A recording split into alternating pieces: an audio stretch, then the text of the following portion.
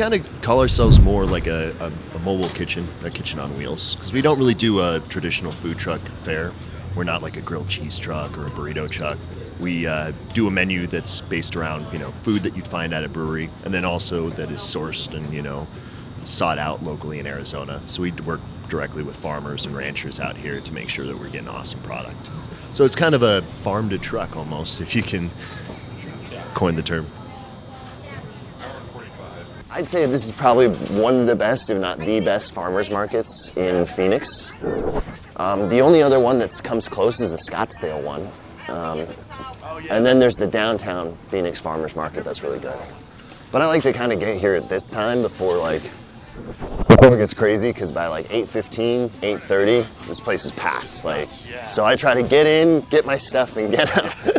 Good idea, yeah. And then also the cool part about that is you get naturally first pick.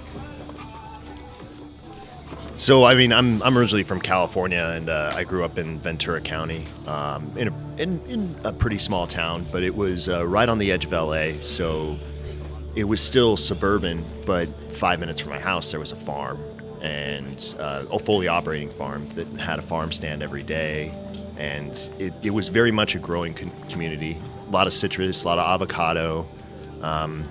But that just kind of became natural when I was growing up as a kid, having that connection to the farming, and everybody had a garden. We were always going out to people's orchards and having cookouts and smoking pork over manzanita and all that stuff.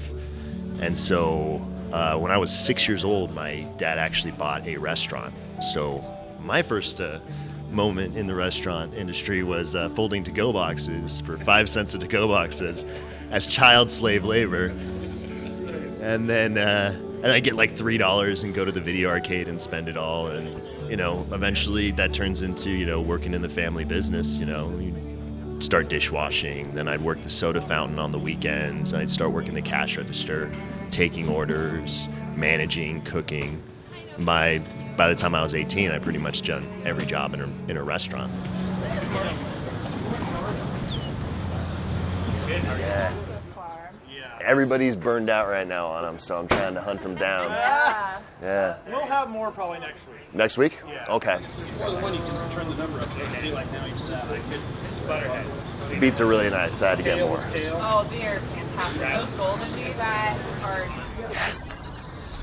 Check this out. Oh, morning. I'm gonna collect some cucumbers. I've been hunting down cucumbers all morning. Literally asking everybody. Tomatoes look fantastic too. The pickle spears we do with the burgers. Okay. Right here. Oh, nice. We brine our own pickles, but gotta have good cucumbers to make pickles, man. Yeah. Oh yeah, for sure.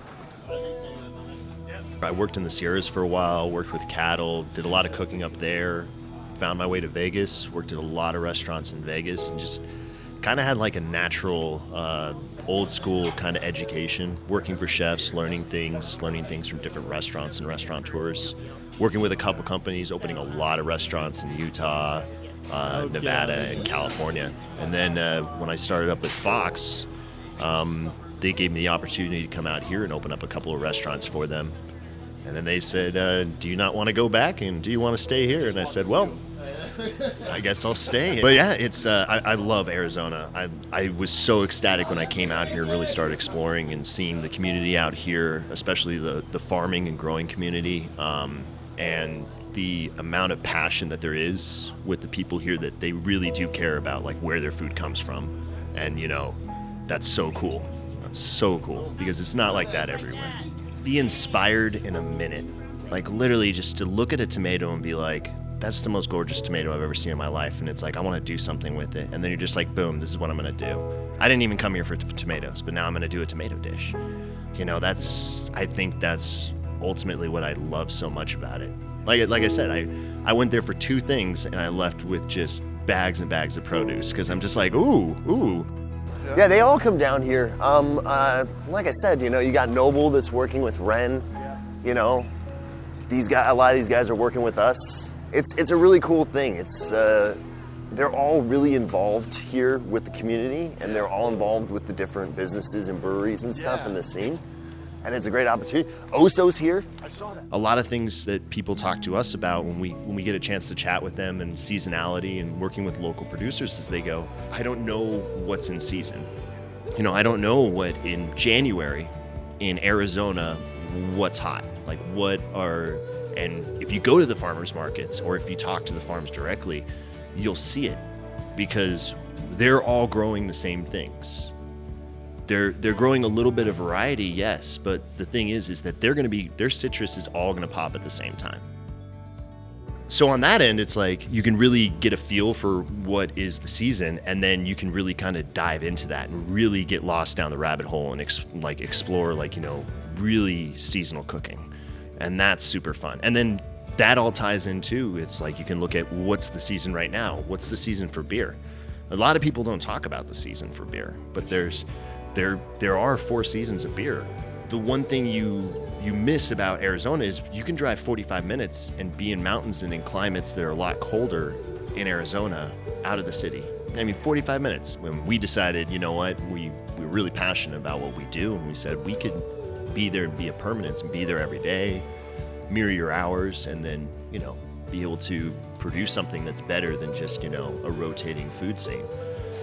So we decided to do a collaboration, and it really is a symbiotic relationship. I mean, beer and food just go hand in hand, but it's also allowed us to do a menu and a style of food that really, one, utilizes beer, but it also really complements beer. And it's a little bit elevated. We always kind of wanted to do something a little bit unique, and when people come in here and they realize that it's not what they were expecting in such a good way. And it beats their expectations, but it's also like, this is really cool, this is awesome, this is something that I want to come back and have again. And I mean, it's great beer, it's great food, and it just goes hand in hand. And you're seeing that more and more in the craft beer industry out here, is you're seeing people that are actually, food was always kind of a second thought for a long time with a lot of breweries, because you're the guys that are in charge of running the tap room, brewing the beer and everything else, and they have so much on their plate, and then to try to get them to curate a food program is very difficult. So in this sense, it really allows us to have kind of like us to come in and fill a need and then do an exceptional job at it as well.